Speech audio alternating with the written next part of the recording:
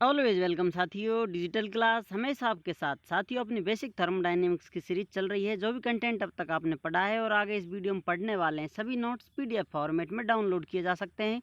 जिस तरह से strength of materials, fluid mechanics and machines series complete हो चुकी है, सारे नोट्स पीडीएफ फॉर्मेट में अवेलेबल हैं। इन नोट्सों का इस्तेमाल आप बेसिक से लेकर गेट लेवल एग्जामिनेशन तक कर सकते हैं। इससे पिछली वीडियो में साथियों हम पढ़ रहे थे थर्मोडायनेमिक टेम्परेचर स्केल, जिसमें हमने देख लिया था पॉसिबल और जो पॉसिबल नहीं हो सकते हैं किस प्रकार से सिस्टम है अपना। ये इनइक्वलिटी बताती है क्लोसियस की, किस प्रकार से आपका सिस्टम पॉसिबल होगा, किस प्रकार से पॉसिबल नहीं हो सकता। उसी क्रम में चलते हैं साथियों, रिवर्सिबल रेफ्रिजरेटर के बारे में जानते हैं। फर्स्ट लॉ ऑफ थर्मोडायनेमिक्स, जैसा हम जानते हैं साथियों, कार्य को हीट में बदला जा सकता है और वर्क किसके बराबर होता है, जितना इनपुट हीट दिया है साथियों और जितना रिजेक्ट किया है। रिवर्सिबल रेफ्रिजरेटर है तो इसको वर्क करेंगे देंगे साथियों, तो इसमें से हीट लेंगे और इसको रिजेक्ट कर दिया जाएगा हाई टेम्परेचर सोर्स पर लो टेम्परेचर सोर्स से। यहाँ पर अपना वर्क कितना होगा साथियों, वर्क होगा QH माइनस QL के बराबर। अब हम जान चुके हैं साथियों सेकेंड लॉ ऑफ थर्मोडायनेमिक्स किसको इस प्रकार से एक्सप्रेस किया जा सकता है, cyclic integral del Q divided by T is equal to 0। ये लॉ है साथियों। इसको किस प्रकार लिखा जा सकता है साथियों, ये देख चुके हैं हम पिछली वीडियो में डिटेल में। इस प्रकार लिखा जा सकता है, जो कि थर्मोडायनेमिक स्केल होती है अपनी।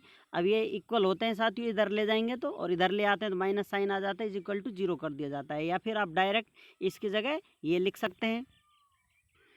तो यहाँ पर हमने इनको इक्वल रख लिया है इस प्रकार से। अब जैसा कि हम पिछली वीडियो में ड्राइव कर चुके हैं साथियों, COP for refrigerator, coefficient of performance किसके बराबर होगा साथियों, रेफ्रिजरेटर का QL divided by QH minus QL के बराबर होता है। अब इसमें से आप QL कॉमन लें साथियों, या फिर आप कहें इसको QL से डिवाइड कर दें तो किस प्रकार कर सकते हैं। यहाँ आप देख रहे हैं साथियों, इसमें से कॉमन ले लिया है QL और ऊपर QL है साथियों, ये कैंसिल हो जाएगा। हमें यहाँ मिलता है QH divided by QL minus 1।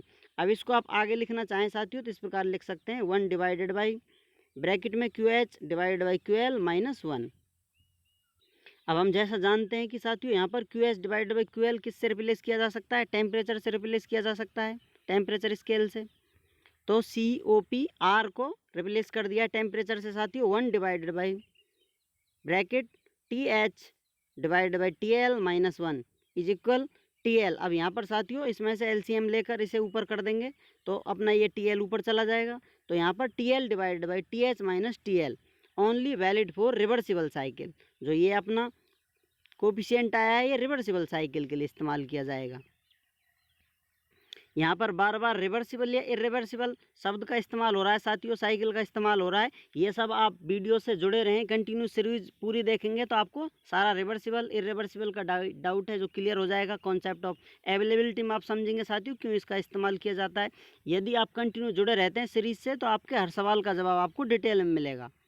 अब यही प्रोसेस हम रिवर्सिबल हीट पंप के लिए देखना चाहें साथियों, कोफिशिएंट ड्राइव करना चाहें जो थर्मोडायनेमिक होगा, रिवर्सिबल साइकिल के लिए होगा, किस प्रकार होगा। जैसा हम जानते हैं हीट पंप के लिए वर्क करना पड़ेगा हमको, फिर वो QL हीट लेगा सिंक से और सोर्स पर पहुंचा देगा QH हीट। इस प्रकार से हीट पंप हमारा वर्क करता है साथियों। रेफ्रिजरेटर और हीट पंप में अंतर होता है, रेफ्रिजरेटर में हम इस पर फोकस करते हैं और हीट पंप में इस पॉइंट पर, या फिर आप कहें हीट रिजेक्शन पर फोकस किया जाता है हीट पंप में। तो इसकी COP कितनी होती है साथियों, कोफिशिएंट ऑफ परफॉर्मेंस कितना होता है, COP for heat pump is equal to QH divided by QH minus QL के बराबर होता है। रेफ्रिजरेटर में QL होता है ऊपर।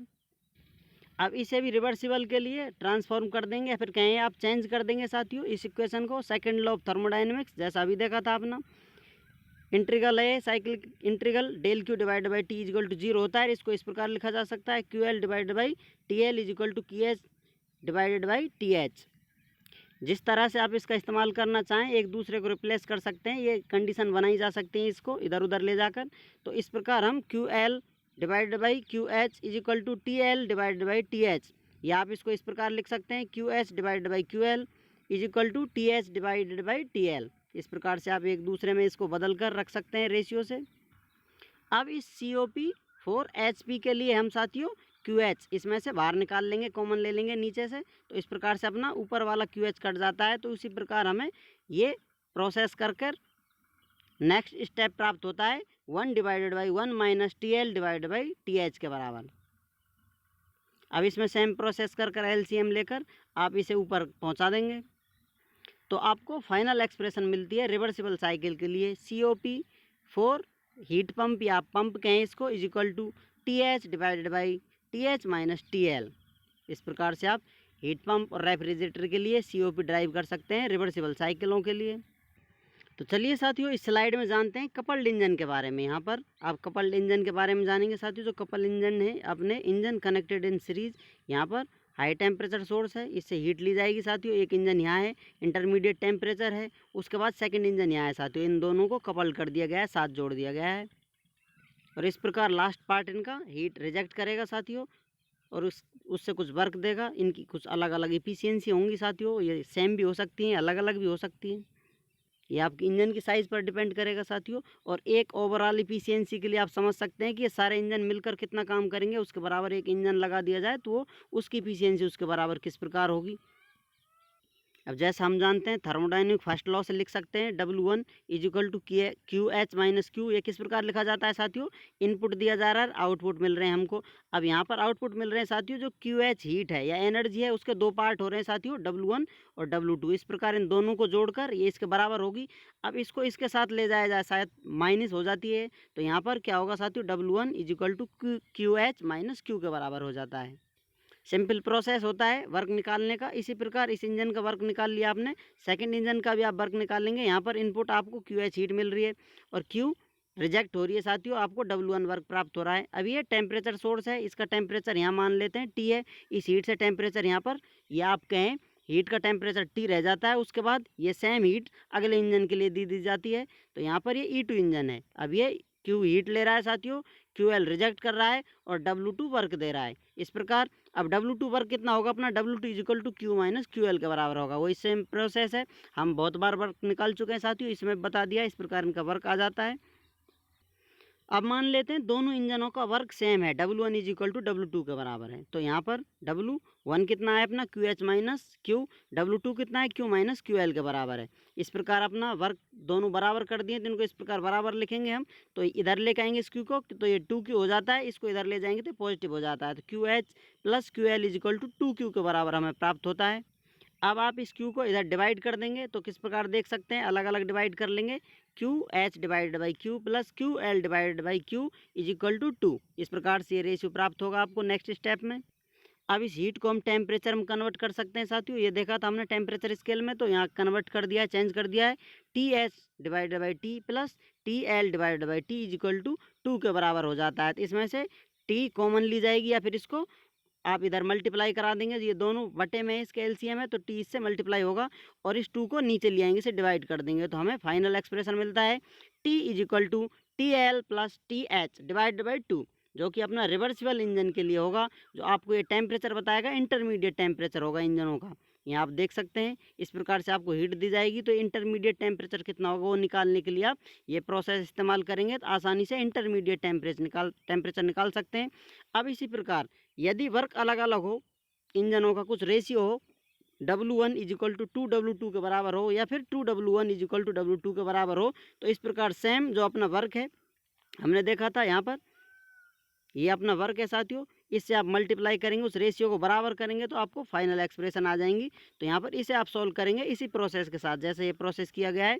तो किस प्रकार आपको इंटरमीडिएट टेम्परेचर T कितना होगा साथियों, TH plus 2TL divided by 3 के बराबर प्राप्त होता है। अब यदि आप नेक्स्ट स्लाइड में देखें साथियों, इनकी इफिशियंसी सेम हो, दोनों की इफिशियंसी भी सेम हो सकती है। यदि होती है तो किस प्रकार होगी साथियों, यहाँ पर इफिशियंसी का फॉर्मूला क्या है, जो रिवर्सिबल इंजन है उनके लिए efficiency 1 minus T divided by TH। ये फर्स्ट इंजन की इफिशियंसी है साथियों, जो हाई टेम्परेचर सोर्स, ये ऊपर वाला लो टेम्परेचर सोर्स, नीचे वाला हाई टेम्परेचर सोर्स। इसी प्रकार इसके लिए लो टेम्परेचर सोर्स, उससे हाई टेम्परेचर सोर्स, या आप कह सकते हैं ये अपना आउटपुट है, ये इनपुट होता है। तो इस प्रकार इन दोनों की इफिशियंसी को हम बराबर करेंगे साथियों। तो इस प्रकार बराबर कर सकते हैं। अब इनमें से ये दोनों बराबर हैं साथियों, 1 से 1 कैंसिल आउट हो जाएगा, माइनस से माइनस कैंसिल हो जाता है। तो यहाँ पर आपको टी इधर लेके आएंगे, टी स्क्वायर हो जाता है, और इस टी एच को इधर लेके आएंगे तो T L into T H के बराबर हमें ये रेशियो प्राप्त होता है, कहीं रिलेशन प्राप्त होता है। यदि इससे आप टेम्परेचर टी निकालना चाहें तो इस पर अंडर रूट लगा देंगे साथियों, इस प्रकार से। तो टी हमें प्राप्त हो जाता है, T is equal to under root T L into T H के बराबर। इस प्रकार हम ये टेम्परेचर निकाल सकते हैं, इंटरमीडिएट टेम्परेचर। यदि आप इफिशियंसी सेम रखते हैं, इफिशियंसी सेम होंगी तो किस प्रकार टेम्परेचर निकाला गया है। इफिशियंसियों में भी कुछ अंतर हो सकता है, ये 2 हो सकती है साथियों। जैसी आप कंडीशन दी जाए उस हिसाब से आप काम करेंगे, अगला प्रोसेस फॉलो करेंगे। अब हम सिंपल प्रोसेस फॉलो करते हैं। मान लेते हैं साथियों T L divided by T H है, ये मान लेते हैं कोई रेशियो है अपना टेम्परेचर का, या फिर कहें जो अपना टेम्परेचर स्केल है उसका रेशियो। इसको किस प्रकार हम लिख सकते हैं, सिंपल फॉर्मेट बैठा कर देखते हैं कुछ निकालने के लिए। तो यहाँ पर T L divided by T कर देते हैं हम, और इसको T divided by T H कर देते हैं। तो इससे टी से टी कैंसिल आउट हो जाता है, फाइनल अपना एक्सप्रेशन यही रहता है सेम। अब साथियों इन्हें आप रिप्लेस करना चाहें, इसको किस प्रकार रिप्लेस कर सकते हैं, इफिशियंसी से 1 माइनस इफिशियंसी कर देंगे। इफिशियंसी क्या होती है साथियों, ये 1 तो माइनस है ही, लेकिन इफिशियंसी क्या होती है 1 माइनस। सेम इसी प्रोसेस में ली जाए तो, या फिर आप इसी प्रोसेस में किसी प्रोसेस में ले सकते हैं, तो T L divide by T H, इस प्रकार से इफिशियंसी को लिखा जाता है। अब ये इफिशियंसी है साथियों यहाँ पर।